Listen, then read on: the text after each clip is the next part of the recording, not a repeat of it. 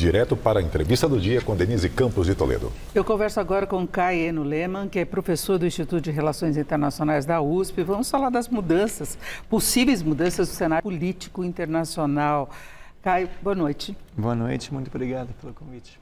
Eu é que agradeço. Vamos começar pela França, não é? Macron, ele dissolveu a Assembleia, resolveu antecipar eleições após o resultado das eleições para o Parlamento Europeu, em que houve um avanço forte da direita. Ele quis testar isso internamente na Assembleia e deu errado no primeiro turno, pelo menos, né? Teve um avanço muito forte do partido de Marine Le Pen, o centrista, o bloco de Macron teve 20% dos votos, o dela 33%, e agora tem um segundo turno e eles têm uma particularidade nas eleições, que mesmo sendo deputado, tem que ganhar, ou ganha a maioria mais um, né, 50% mais um no primeiro turno, ou tem que fazer a maioria no segundo turno. E aí tem muitos desistindo aí para uma frente para tentar barrar, né? Seria aí uma forma de não deixar que o partido de Marine Le Pen saia vitorioso. Qual a sua expectativa?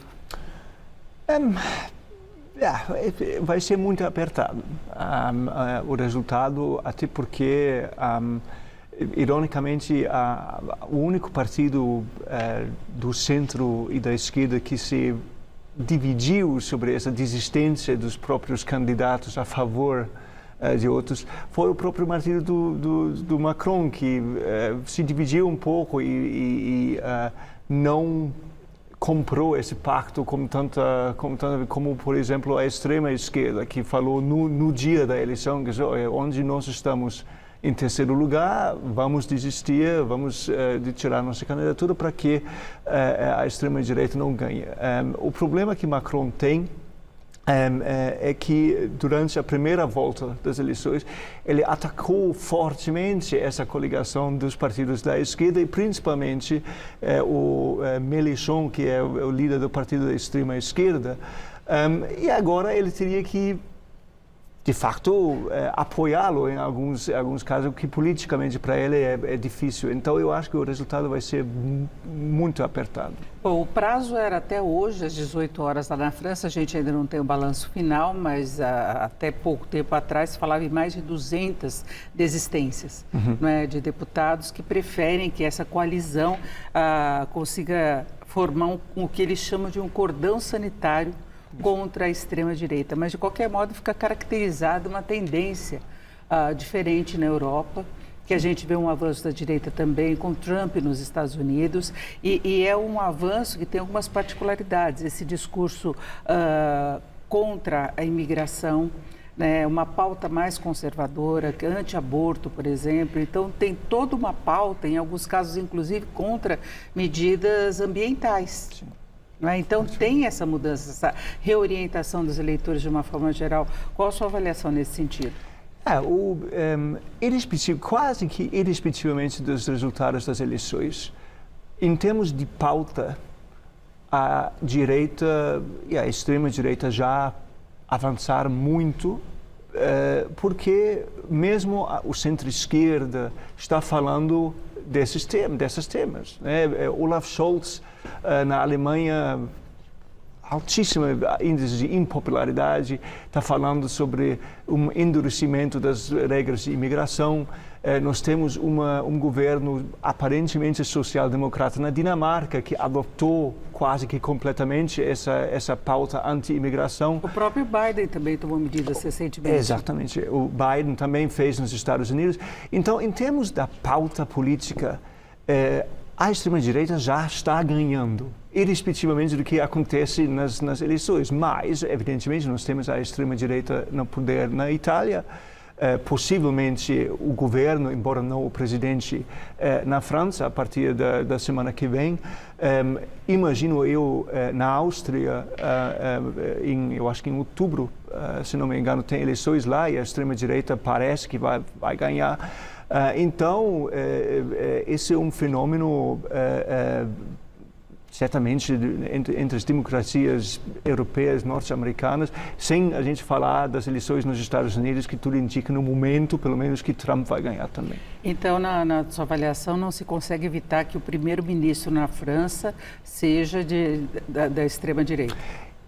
Eu acho que ainda é evitável, mas eu acho que muito incerto. O que eu achei interessante hoje, Le Pen falou mesmo que a extrema-direita só gostaria de governar se tivesse uma maioria absoluta no parlamento.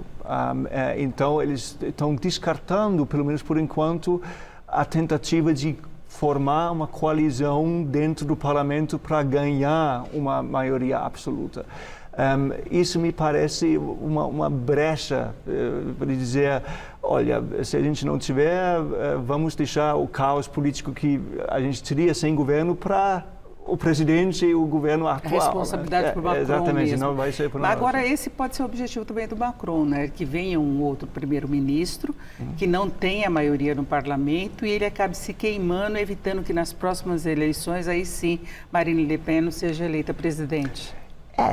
Eu acho que, assim, política, taticamente, para Le Pen, eu imagino até valeria a pena deixar o caos e dizer daqui a 3 anos, né, nas próximas eleições presidenciais, que, olha, você precisa de um presidente, uma presidenta forte que possa recriar ordem e estabilidade nesse país. Eu acho que isso vai ser, vamos dizer, a história que ela quer vender para os franceses daqui a 3 anos. Agora, tem essa onda de direita mais conservadora, agora no Reino Unido pode acontecer o inverso. Também houve uma antecipação das eleições, o primeiro-ministro Sunak, com baixa popularidade, quis tentar também uma cartada política e tudo indica que ele vai sair derrotado, não é? E aí o Partido Conservador sairia do governo depois de 14 anos. Não é? Aí tem outras questões também, porque tem um cansaço da sociedade com os efeitos do Brexit. Sim. Passa por aí? Eu acho que tem três fatores. Número 1, já colocou, o partido está no poder há 14 anos, é muito tempo, e as pessoas simplesmente querem uma mudança. Número 2, Rishi Sunak é um péssimo político. Eu não estou falando isso sobre as políticas, mas o jogo político. Articulação. Ele não sabe jogar. Ele comete os mesmos erros, as mesmas bobagens sempre. Ele parece não aprende como aquilo que já fez. E o terceiro ponto é Brexit e populismo que deu errado. O país... Outro dia ele fez um comício e uma pessoa o interrompeu e falou: primeiro-ministro, nada nesse país está melhor do que 14 anos atrás. Pronto, aí você perdeu. Está definida essa situação. Você perdeu. E realmente, se você olhar para os indicadores nos serviços de saúde, econômicos, investimentos, tudo está pior do que 14 anos atrás. Isso tem a ver com Brexit, mas ninguém quer falar sobre Brexit, nem o Partido Trabalhador, nem o Partido Conservador, mas tem vários outros fatores também. Então, eu acho que esse resultado já está mais ou menos definido. A questão vai ser um resultado muito ruim ou um resultado catastrófico para o Partido Conservador, mas eles vão perder. Eu acho que a insatisfação pessoal da população tem mexido aí com esses humores, que não é só questão de ideologia política. Nos outros países, Estados Unidos, mesmo na França, houve piora da condição de vida, crises sucessivas, teve pandemia, guerras com muitos gastos, então tudo isso é questionado. Inclusive países que estão bem no mercado de trabalho têm a divisão, a participação dos imigrantes, né? Sim, imigração é um tópico muito vivo na opinião pública, não somente política, mas na opinião pública.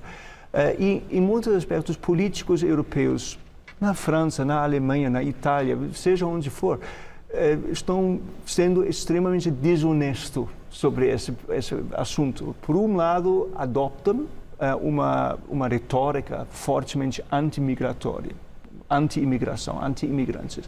E, por outro lado, todo mundo sabe que os europeus, de modo geral, vão precisar